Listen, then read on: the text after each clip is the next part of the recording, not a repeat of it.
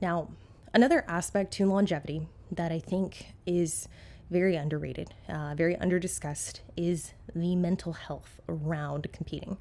And I can tell you that a lot of people, they get into the sport with very high aspirations initially. They are very excited, very gung-ho that, this is going to be an improvement in their mental health status, and that ultimately it's going to make them feel very validated. Yet, once they do that first show and maybe they don't place as highly as they would have liked, they find that there's a pretty significant bout of depression or something that is experienced like depression shortly after competing.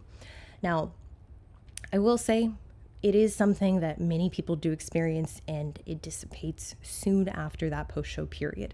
Soon after the first month getting off stage, you're like, okay, well, I'm not as lean as I would have liked, as I would like to be at the moment. I didn't get the placing that I would have liked, so, I'm just going to do what I can to bring my best next time I'm on stage. Where this goes wrong is the really delusion or the lack of self-awareness that ultimately drives a lot of people to then begin to point blame at either other competitors, at their coach, at, some other external entity. And it's not to say that, every time that someone doesn't place the way they want to, that it's, exclusively their fault. But ultimately, there are things that happen, or I guess what I should say, there are things that go into placing that are completely out of you and your coach's control. And I think understanding the fact that there's absolutely no way to guarantee placing, like that's not something any coach can guarantee for you. All you can do is bring your very best to stage, and hopefully that's enough. But this is largely going to be dependent on how other people show up and how you look compared to other people. But what really makes me sad is to see people who get into the sport, do one show, do two shows, they put a lot of weight on whether or not they place. And for many people, it's whether or not they win. And that's the sad part of it, is like, in this sport, there's only one winner at each show. And even though there's a lot of shows and you can do as many shows as you want, a lot of people feel this sense of entitlement from just having done the prep themselves and crossed the finish line. They feel very entitled to winning despite how they actually look comparatively on stage. It's a shame because you'll hear girls, they'll make excuses, they'll go online, they'll go to social media, be really shitty to their coach. A lot of them will just get frustrated and be like, oh, well, it's because she's on PEDs that's why she won.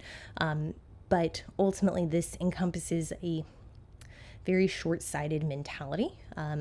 It doesn't encompass a lot of personal responsibility, accountability, and that's really, rooted in the fact that the value was predominantly tied to the placing, not the experience of what was done in order to get to stage. And that's really where I think it's the most disappointing, is that people can forget all the work that they've done up until this point to create this masterpiece. I mean, for many people, the first time they get on stage, it's the absolute best they've ever looked in their life. And it's incredible. And up until the moment that they get the placing, they feel fantastic. But then they get that placing that, maybe is, even a second, third, fourth place. I've heard girls get so pissed at that point and be like, well, I'm not even going to go back to finals. And that's really where I think the individual who reacts to not getting the outcome that they desired, that reacts so negatively and just so destructively, I don't think that encompasses high longevity in the sport, which ultimately I think is going to make it much harder for that individual to